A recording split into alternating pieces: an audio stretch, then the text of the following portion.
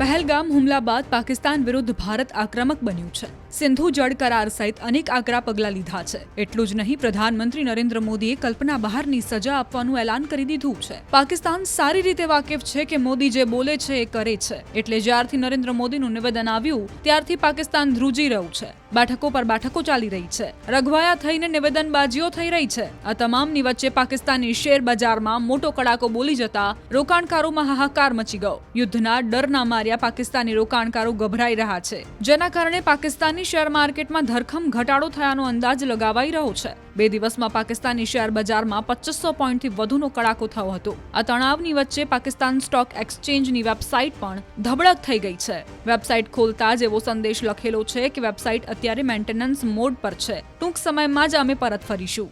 क्योंकि जो है जंग की वजह से एक खतरा होता है कि जंग जब तक बातचीत होती है, खतरा होता है, तो इसमें प्रेशर होता है, तो इन्वेस्टर थोड़े मोहतात होते हैं। और जैसे ही वक्त के साथ साथ जैसे ही इनके फैसले दोनों साइड से आते हैं, तो फिर उस हिसाब से जो है बाजार चलती है हमारी। બીજી તરફ ભારત દ્વારા સિંધુ જળ કરાર રદ, વાઘા અટારી બોર્ડરથી વેપાર બંધ, સાર્ક યોજના હેઠળ વિઝા રદ સહિતના જે નિર્ણયો કર્યા છે તેનાથી પાકિસ્તાનમાં ખળભળાટ મચી ગયો છે। પાકિસ્તાનની જનતા અને બુદ્ધિજીવીઓ શાણી શાણી વાતો કરવા લાગ્યા છે। એવું લાગે છે જાણે ભારતને હાથ જોડીને યુદ્ધ ન કરવા વિનંતી કરી રહી છે। तो इंसानियत की खातिर ज़रूरी है कि दोनों ममालिक के दरमियान बातचीत शुरू हो और हकीकी तौर पे ईमानदारी से इस मसले, इस दहशतगर्दी के वाक़यात का हमेशा तदारुक के लिए ईमानदारी के साथ इसका हल तलाश किया जाए, ताकि इस खत्ते में सुकून हो।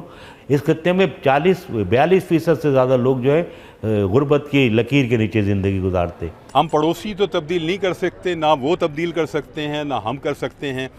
दोनों अपनी अपनी जगह एक हकीकत हैं, उन हकीकतों को मानना चाहिए। जो तस्फिया तलब मसाइल हैं उनको हल करना चाहिए, लेकिन जज्बातियत से हट कर तब तो कोई रास्ता निकलेगा। और रास्ता वही खूबसूरत है जिसमें तिजारत हो, सकाफती वफूद आए जाएँ। और सिंध ताश माहिदा जो है उसको बरकरार रहना चाहिए। ये जंगों में भी बरकरार रहा है, सन 65, सन 71, सन 99 की जंग में भी बरकरार रहा है। इसको बरकरार रहना चाहिए, क्योंकि पानी जो है वो तो बुनियादी ज़रूरत है, और इसको बतौर पॉलिसी के टूल के और हथियार के तौर पर इस्तेमाल नहीं किया जा सकता, ना करना चाहिए।